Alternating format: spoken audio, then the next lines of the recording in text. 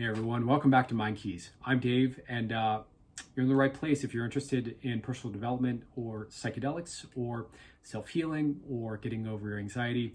So welcome.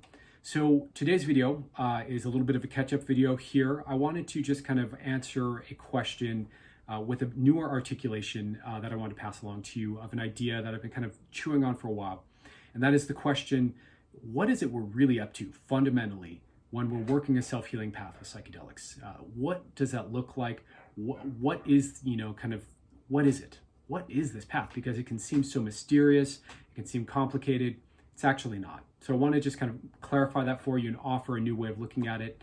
But really quick, before we dive into that, I want to just acknowledge super fast that I'm doing something different with the audio of this video here. So normally I shoot on an iPhone and I use a condenser mic kind of up close in front of me, kind of more podcaster style. But I prefer to talk with my hands, use my body language to express more. And I feel like that's more connective, that's more interesting to watch. So I have this kind of little microphone that I have on top of my phone, but the sound quality isn't great. So I've got to kind of like tweak it after, in post-production to get it to sound better. So my question to you as a viewer is this sound quality acceptable? Is this something you can work with? Does this work, or is it annoying? I've had to do a lot of processing to get it to sound like this. So I know it's not great, but it's better than it was. And so if this is workable for you, I'll proceed forward with this until I can afford to buy a better mic for the phone. But if it's absolutely a deal breaker and a bummer and you're like, God, that sounds like trash, let me know and I'll be happy to rethink how I do the audio for these videos. That being said, let's go ahead and get into the main content today. I think you're really gonna appreciate this point of view. Okay, so when we're looking at self-healing with psychedelics, what's really going on? Like, what are we up to? So I recently had some experiences that kind of reminded me a bit of what it is we're up to, and I found a new way of articulating it that I want to share here with you. Just kind of give you a bird's eye, broad strokes, 50,000 foot view understanding of what this path really is, what I think it is anyways. I think the fundamentals of self-healing psychedelics is about working a relationship to ecstasy, to the ecstatic, to that experience of feeling completely filled up with life force and life energy and emotionally fulfilled and spiritually fulfilled and completely overflowing with a sense of well-being and bliss and connection to all of life. And I think a good word for that kind of state, a good proxy word for that state is ecstasy. And I think that this is one of the things that's massively deficient in our modern culture, in our modern societies. We are ecstasy deficient. We lack ecstasis. We lack, whether it's communal, collective, ecstatic moments. I mean, we have those with, some sports events or concerts or things like that, but they're not that common. And it's kind of irregular for people to have those experiences. And certainly when it comes to personal ecstasy, it's a very rare thing. And so I think, what this path is one, discovering our own relationship to the ecstatic and who we are as ecstatic beings. What does it mean to live in relationship to the ecstatic and open ourselves to that experience over and over? And then from there, it's about bringing the ecstatic into our daily lives more, particularly into kind of the corners and the areas of our psyche and our lives and, our histories that need it. Because we have these kind of dark corners of our being that need love, that need attention, that need, honoring or respect or listening or just a healing energy. And we bring that ecstatic, overflowing, abundant kind of sense of life, sense of well-being, sense of self-connection, however you want to look at that. And we bring that ecstatic and our relationship to the ecstatic into our lives. And we heal our lives with the ecstatic. I think that that's really fundamentally what working with psychedelics is.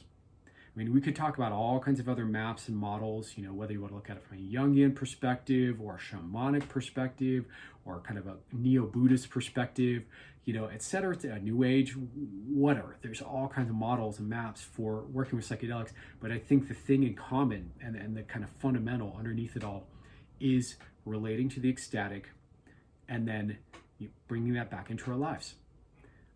If you think about it, really, when it comes to relating to ecstasy, it's a very interesting thing, because most people are just straight up deficient in having ecstatic experiences in their life once they get maybe past, let's say, high school, past 16, 17, something like that.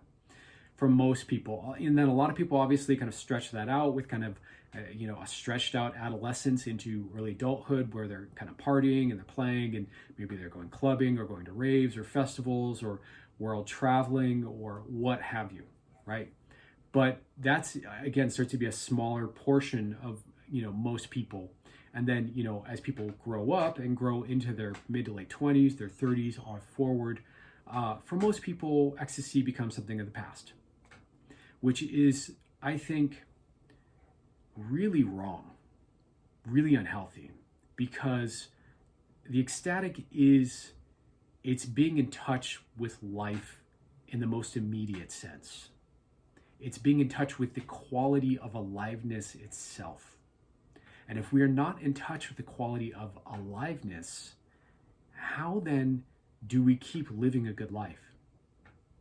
Like, that's the wellspring we have to go to and drink from and touch and tap into, and bring back that quality of aliveness back to the rest of our lives. What good is being alive? What good is living? What the fuck is your life if there's no aliveness in it? And so I think there are kind of a couple levels to this path. I think the first level is, most people just need to get reacquainted with the ecstatic. And a lot of times that means kind of like working through fears or taboos or shame or embarrassment or, uncertainty about if it's safe and okay and right to feel that good, to feel that blissful, to feel that free, to feel that full of life. And then I think from there's another level where you get really good at accessing the ecstatic, and you do so maybe, I think a lot of people early on, when they access the ecstatic, it can be kind of messy, and maybe a little childish, and there can be a cuteness and an innocence in that, but it can also maybe from the outside look a little cringy, right?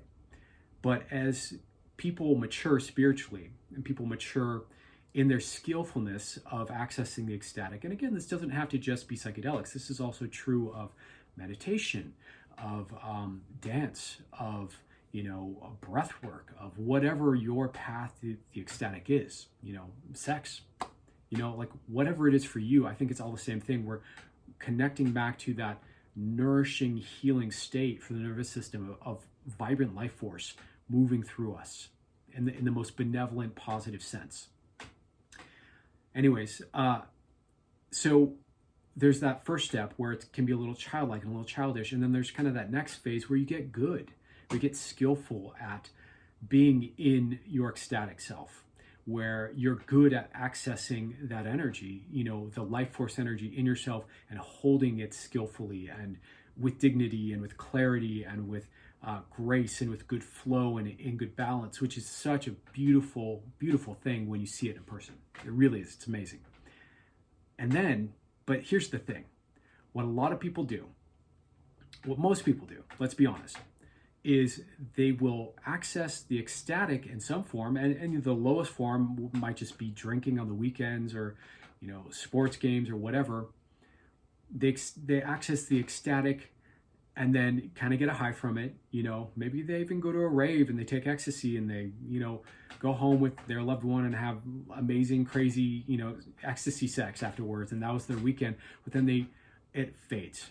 Maybe even they have a DMT experience and they have a God experience, right? And they get blown out. And not only do they go into the hyperspace, they merge with the white light and they're purified and they're healed. But what most people do is they kind of access these profound states and then they just let it fade away behind them. It's kind of just this zigzag between highs and lows for most people throughout their entire lives. And that's kind of, for most people, I think that's the best case scenario they can think of, is just getting outside of their own issues and their own identity and their own nervous system structure for a while, feeling some relief from that in some way, touching a little bit of ecstasy and then coming back down, and then it just fades away. And I think the other option here is what I'm talking about, which is working that, taking the memories and the learnings and the experiences and the breakthroughs and the insights and the self-awareness that now you know what you're capable of feeling in terms of joy and pleasure and well-being and safety in yourself and self-love and self-trust, whatever the breakthrough is for you, taking that, plugging that shit into your life, into your identity structure, into your the way you feel in your body, into your relationships, into the way you go about deciding how you want to live your life and designing your lifestyle. That's where it gets really good. That's where it gets magical. When you have a living relationship to the ecstatic and you're bringing it into the places where we have fear or self-doubt or shame or self-judgment or issue with the world around us, these kind of, again, these dark corners, as I would call it. And we shine the light in the dark corner and we transform that dark corner into something that's healed, where there's no longer an issue, where there's no longer fear or shame or doubt or trauma or whatever it is. I think that this is really the path. This is, if you're working psychedelics for self-healing, that's what's on offer to you, in my humble opinion. And I think that can teach you a lot about life lessons, in terms of spiritual growth, personal development, and I think the more you access these really good states, these powerful resource states, the more it kind of starts to imply things that maybe you don't have, like more self-discipline or more subtlety and more nuance and perceptivity in your relationships, or being more self-aware when you've fallen out of alignment or whatever, right? It starts to kind of imply refinement and progression and what the next levels for you are. And if you're doing that work and you're plugging it back in, that's really the tools I want to teach you and really what I want to show you and really what I want to build community around is doing that. Accessing the ecstatic, bringing that back into your life where you need it and healing, using that for self-healing. I think that that's the path. I really do. Anyways, I just want to leave you with that thought as a little piece of inspiration. So I hope that kind of, moves you, touches you, maybe clarifies something for you a little bit. Yeah, I'll be making more videos soon. I've got, stuff about self-regulation coming up and just tons more ideas to share with you. So big love. Thanks for watching. Hope you have a great night and a great weekend. I'll talk to you soon.